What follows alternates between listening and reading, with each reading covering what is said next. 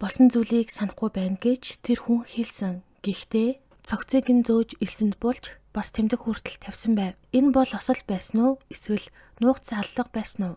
Сонсогч та бүхэн Монголд болсон бодит гэмт хэргийн талаар ярьдаг сувгийг сонсож байна. Энэхүү хэрэгүүдийг сэрэмжлүүлэг болгох үүднээс хүргэдэг бөгөөд нэрсүүд нууцлагдсан байдаг тул та бүхэнд ойлгомжтой байлгах үүднээс түгээмэл нэрсийг ашиглан хүргэж байна. 2018 онд хөдөө орон нутагт байх иргэн ган болдно. Гэрээсээ гарч сум руу зах орох гээд явсан ба зах дээр танил болох инх баяртай тааралцжээ. Тухайн сумандаа ган болдно нэг хоноод эргээд гэртээ ирэхдээ инх баярыг дагуулж ирсэн ба арх сотруулах ундааны зүйл хэрэгэлсэн байдалтай байсан аж. Ингээд тэдний гэрт инх баяр ирэхдээ хувцаа баглаж боосон байдалтай байсан ба хамт амьдардаг эмэгтэйтэй ган болдно инх баярыг танилцуулахдаа бригадад ажиллаж байсан танил байгаамаа гэж хэлжээ. Инх баяр ган болдынд 3 хонсон. Тэдний тонож байх цаг үе нь яг наадмын өмнөх өдрүүд байсан. Ингээд наадам болж аймгийн сумын овооны наадам руу ган болд эхнэрээ аваад мөн инх хоёрыг дагуулan тэр 3 явжээ. Аймагт эдгээр хүмүүс нь бас л нэг хонсон. Тэнд ган болд нь эгчийнхээ хүүтэй таарсан ба инх баяр гэх хүнийг одоо аймгийн төв рүү аваад яваарай. Манад одоо ингээд 3-4 хонлоо. Энэ хүн аймгийн төв орох унаа хэрэгтэй байсан юм аа. Чи сунлаад аваад явчих болох уу гэж дүүгээсээ асуусан. Гэтэл дүү нь мэдэж ирэх зөвшөөрсөн. Ингээд энэ хоёрыг эгчийнхээ хүүтэй хамт аймгийн төв рүү явуулаад ган болд нь их нэртэйгээ тухайн сумын овооны наадам болж байгаа газарт дахиад нэг хоноод маргааш нь гэртээ харьсан. Гэртээ тэр хоёрыг эртэл эгчийнхэн дүүтэй хамт явсан залуу болох инх баяр нь эгчийнхэн дүүгийнх нь мотоциклийг нь унчгасан, урд дуугүй нь хагарчихсан байдалтай тэдний гэрт ирчихсэн сууж ижээ. Тэгээд ган болд нь гайхаад юу болсон юм бэ? Яагаад ингэ буцаа хүрээд ирвэ? Яагаад мотоцикл нь аваад ирвэгээ гайхаа асуусан чинь замдаа бит хоёр явж байтал дугуй хагараад хагарсан чихтэй орой аймгийн төвд 22 цагийн үед очив. Тэгээд би буцаад танах руу явна гэд дүүдж хэлсэн. Тэгээд дүү чинь энэ мотоциклыг эсвэл аваа явчихаа. Тэгээд ахын хашаанд аваачаад үлдээчихгүй юу та гэд надад мотоциклээ өгөөд явуулсан. Тэгээд ингээд аваад хүрээд ирлээ гэж хэлжээ. Ингээд тэднийд дахиад инх баяр хонсон. Маргааш болоход аймгийн нэг газар ган болд болон түүний эхнэрийг 7 хоног ажиллаад өгөөч гэж гуйсны дагуу тухайн газарт очиж ажиллахаар инх хоёрыг бас дагуулад гуруулаа яваад тэр газарт 7 сарын 15-ны хүртэл ажиллацгаасан. Ингээд 7 сарын 15-нд инх хоёр нь ган болд болон түүний эхнэрт хэлсэн. Манай молыг хардаг хүн одоо наашлаад баа цагаан сум руу ороод ирсэн байна. Би танд нэг хүнс өгье гэд ган болдыг дүүгийнх нь мотоциклтэй хамт одоо сундалтаад унаад явцгаажээ. Тэгээ энэ цаг мөчөөс хойш ган болд нь гэртээ эргэж ирээгүй. Мотоцикл нь ч байхгүй, инх хоёрын ч бас сураг нь байхгүй. Ган болд нь ч бас ингээд хил лам сураг байхгүй. Ингээд аль альнаас нь чимээ сураг байхгүй алга болсон. Ингээд ирэхгүй удаад байхаар нь одоо ган болдын хамтран амьдрагч гээд эмэгтэй нь үр хөөхөд олон хамаатан дүү сатангуудад нь бүгдэнд нь хэлсэн. Тэгээд за одоо ингээ хүрээд ирэх байлгуудэ гэд нилээн хэсэг хүлээсэн. Тэгээд ган болд нэрээгүй учраас цагдаад одоо түүнийг тэмдэглүүлсэн. Ган болдыг цагдаагийн албан хаагчид одоо бүртгэж аваад түүний эрэл суралд гарсан. Ингээд аймгийн ойр орчим нутагладаг гэргээд аймгийн төвгээд тэр хавьд байх одоо боломжит газрууд эсвэл харсан байж болох тэр хавьар одоо нутгалж байгаа хүмүүсээс хүртэл одоо бүгднгээс нь сураг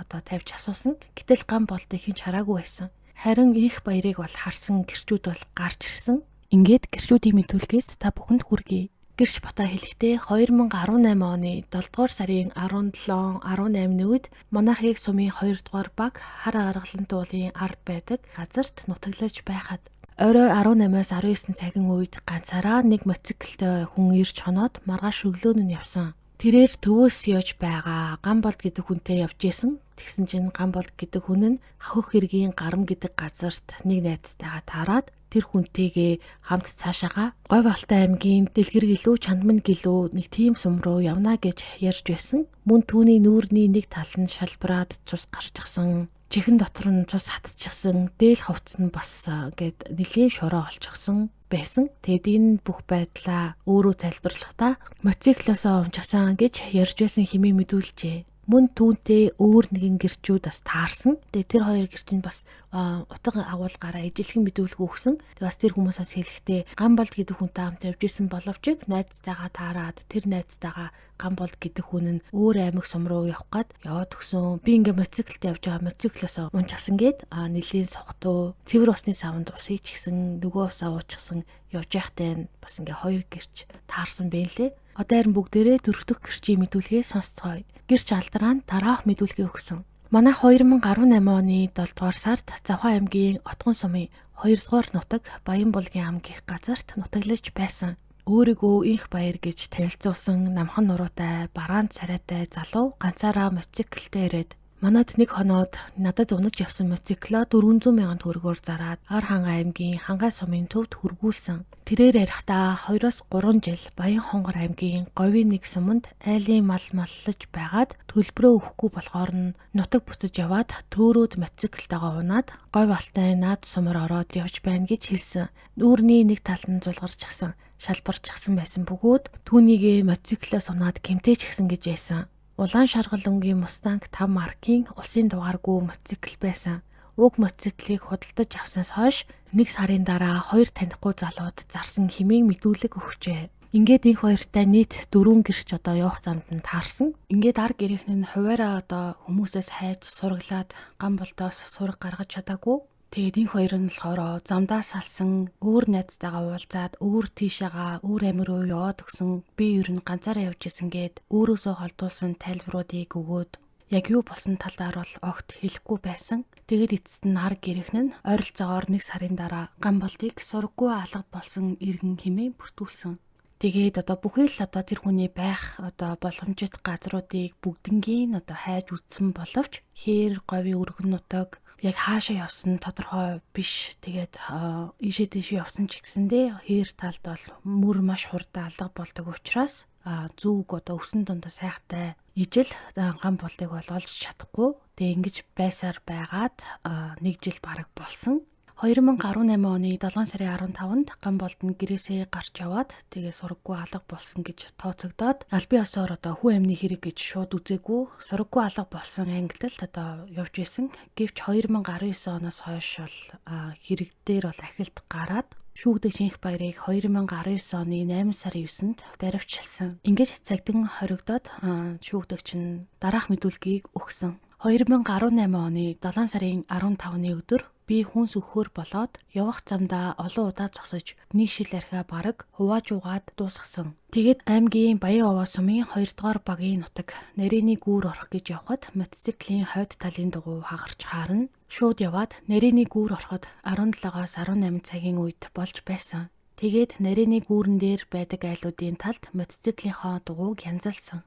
Тухайн үед би хагарсан дугуйг тайлах гэсэн чинь цогтоод тайлж чадахгүй байсан чинь Гамбол дүүрөө дугуйгаа тайлаад нөхөөд би мотоциклийг нь дахин унаад цаашаа багцаагаар 500 орчим метр явсан. Гамбол дах чи согтоод мотоциклоо барьж чадахгүй байна. Би жолоод нь гэхээр нь би араар нь суугаад явсан. Тэгээд явж байхдаа би авч явсан архиа амаар нь нугаад явж байснаа санаж байна. Тэгээд согтоод түүнээс хойш болсон зүйлийг санахгүй байна. Нэг сэрэхэд би газар төрүүлгээ хараад хэвтэж байсан бөгөөд харанхуй болчихсон. Юм харагдахгүй байсан. Тэгээд би өндийгөөд ахаа гээд дуудсан чинь чимээ гараагүй. Хүн болон мотоцикл харагдахгүй байсан.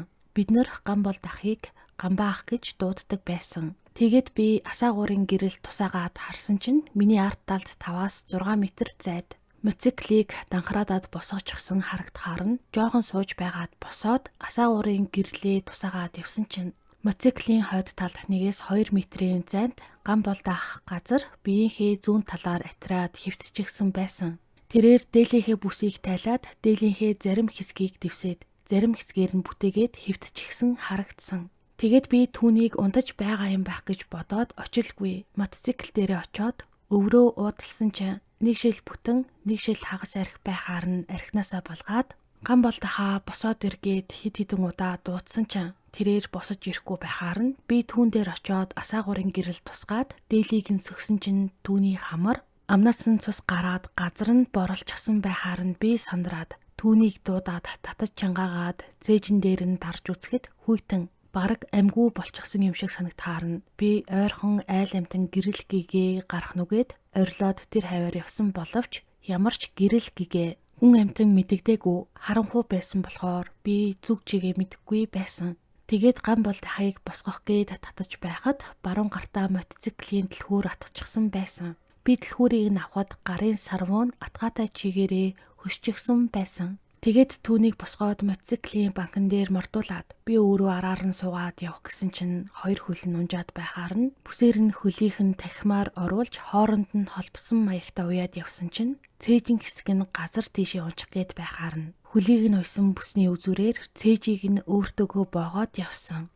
Тухайн үед ямар нэгэн замгүй газар байсан ба харанхуй байсан болохоор хаашаа явж байгаа эсхээ мэдээгүй зам олох гээд л явж байсан юм. Тэгээд ойролцоогоор 10 гаруй километр зайд явсан байх. Илэстэй бут газар руу орсон чинь элсэнд мотоцикл яваа байгаад тэндээ зогссон бөгөөд тэндээ байж байтал удаагүй үүр цайхаар нь газрын баримжаа авсан чинь баа цагаа сумын хойд руу хөх хэргийн гарамнаас аймаг тал руугаа 20 орчим километр хөх хэргийн гарам руу явдаг төв замнаас доошоо баа цагаан сумын чиглэлд явж байна гэдгээ мэдсэн. Би ган бол дахыг үлдээгээд аймгийн төв рүү явж хэлье гэж нэг бодсноо нэгэн л түүнийг нас борчихсон болохоор сүүлд нь хувцас сонрыг нь тайлахад хэцүү байх гэж бодоод түүний хувцсыг тайлаад дотоочтой нүлтэйгээд орхиод явах гэсэн чинь нохоо шувуу идчих байх гээд бутны ёроол хэсгийн элсийг гараараа ухаад түүний цогцыг хийж элсээр нь далтлаад гутал хувцсыг нь дээлэнд нь боогоод цогцсноос нь 10 орчим метрийн хажууд бутны оройд тэмдэг болгож тавиад аймаг руу явсан.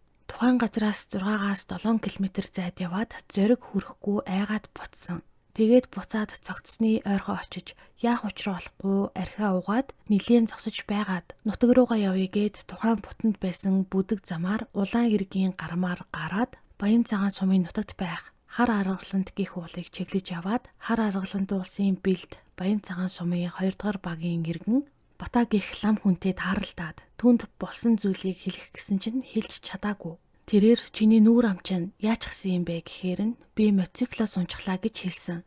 Тэгээд би түүнээс ойр хавьд ямар айл байгаа вэ гэхэд Баярагийнх айлыг зааж өгсөн. Би Баярагийн очиод нэг хоноод маргааш нь буюу 2018 оны 7 дугаар сарын 17-ны өглөө буу цагаа хүрээ марал сумын чиглэлд явсан. Тэгээд замдаа хээр хоноод цааш явсан бөгөөд хаана явж байгаагаа ч мэдээгүй. Нүүдэл хийж яваа айлтад хараад хаана явж байгаа талаар асуухад Завхан аймгийн Отгон суманд явж байна гэж хэлсэн. Тэгээд цаашаа явж байгаад сүүлдээ мотоциклооч унаж явж чадахгүй болохоор нь айл бараацсан ба алдраа гих айл байсан. Түүнд замдаа явж байгаад мотоциклоос унаад явж чадахгүй байна. Та миний мотоциклийг аваадах гэхэд тэрээр эхлээд дургуйцээд байхаар нь би хөвсгөлийн хүн айлд мал маллаж байгаад буцаж явж байгаа гэж худлаа хэлсэн санагдаж байна. Тэгээд гуйж байгаад мотоциклоо 400 мянгаар зарж тэднийд нэг хоноод маргааш нь алдраа гих хүнээр нөгөө мотоциклороо Ар хангаа аймгийн хангаа сум руу хүргүүлсэн. Тэгтэл хангаа суманд бензин тасарчихсан байсан бөгөөд Цахир сум руу бензинд явах гэж байсан машинд суугаад Цахир сум ороод Завхан аймгийн Тосон цэнгэл сумаас Улаанбаатар хот руу явж байсан автобусанд суугаад Улаанбаатар хотод очисон хэмээн мэдүүлсэн. Мөн дахин мэдүүлэг өгөхдөө тухайн үед арх их уусан байсан боловч муудалцаж маргалцсан зүйл байхгүй. Амь насыг нь хороох ямар нэгэн шалтгаан муу санаа агуулаагүй байсан. Мотоциклоос унснаас болж үүссэн хэрэг гэж бодож байгаа. Талигаачийг яагаад булсан бэ гэхээр талигаачийг мотоцикл дээрээ авч явж байгаад илэстэй газар зогдоод явж болохгүй байхаар нь орхиод явах гэтэл шувуу эргээд байсан. Тухайн үед балмагцсан сохтуу байсан болохоор намайг ирэхэд шувуу идчихсэн байвал яана гэж бодоод гараараа илэс самардаад дөнгөж илсээр далдлаад орхисон. Цогцыг хайх явцад цагдаагийн албан хаагч нар илэс малтаж ухаж үзэх гээд байсан. Тэгэхэр нь би ингэж хайх шаардлагагүй ил харагдахаар байгаа гэж хэлтэл нэг байцаагч чи алаад булчихсан. Дээрээс нь илэс шороо шуураад бүр далд орсон байгаа гэж хэлсэн. Дөнгөж халалах төдий илэс байсан учраас харагдахаар хэмжээнд ил байгаа гэж хэлсэн. Цогцыг олоход миний хэлснээр ил байсан. Эргэж ирэхдээ олохгүй байж магадгээд тэрлэг бүсийг боож баглаад тэмдэг тавьсан. Энэ газар нь маш өргөн тал газар байсан. Буцаад би олох ёстой гэж бодсон. Талигаачаас урагш яваад элсэн донд маш бүдэгхэн зам байсан. Тэр зам дээр очиод эргээд харахад миний тавьсан манууха бол 300 орчим метр зайтай харагдаж байсан. Тухайн үед эргээд ирэхдээ элс буттай газрынхаа зүүн захыг барьж яваад олно гэж бодож явсан. Түүнээс нааш аймгийн чигт 6-аас 7 км явхад ганцхан өргөн үерийн сайр гарч ирсэн. Тухайн үед газраа сайн тогтоож байсан нь сүүлд олоход их дөхөн болсон. Эд зүйлээ гीचхэд маргааш нь олоход хэцүү цагаан тал байсан. Нутагтаа очиж хил дуулгая гэж бодоод явж байхад хамгийн түрүүнд Бата гих хүнтэй таарсан. Мотоциклоос унаад ийм болчихлоо гэхэд намайг учиргүй загнаад байхаар нь хэлж чадаагүй юм. Алдрагинд очиод нэлээ их хүмүүс байсан. Нэлээ хөөхөдтэй айл байсан учраас хэлж чадаагүй. Цааш явж байхад мотоцикл эвдрээд алхаад явж байхад манай сумын залуу чөдөртэй морь аваад явж байхдаа таарсан. Энэ залууд болсон явдлын талаар хэлсэн. Энэ залуу мотоцикл янзалж өгч тусалсан. Цаг хугацаа алдаад улам цаашаа яваад байхаар буцаж очих зориггүй болдог юм байлээ. Ямар ч байсан үннээ хэлье гэж бодоод цагдаад очисон. Энэ нь миний буруу болсон. Би тэр хүнийг алах ямар ч санаа агуулж байгаагүй гэж хэлмээр гих мэдүүлгийг өгчээ. Ингээд талигаачийн цогцыг бусан газраас гаргаж шүүх шинжилгээний газарт хүргэсэн. Цогц нь олдохдоо бүтнээрээ биш, олон хэсэг болсон салсан яснууд олдсон. Зарим яс болох нуруу, аарцаг, хөл гих мэт хоорондоо холбоотой байсан ч биеийн бусад хэсгүүд дутуу байсан. Гавлын ясанд маш ноцтой гэмтэл илэрсэн.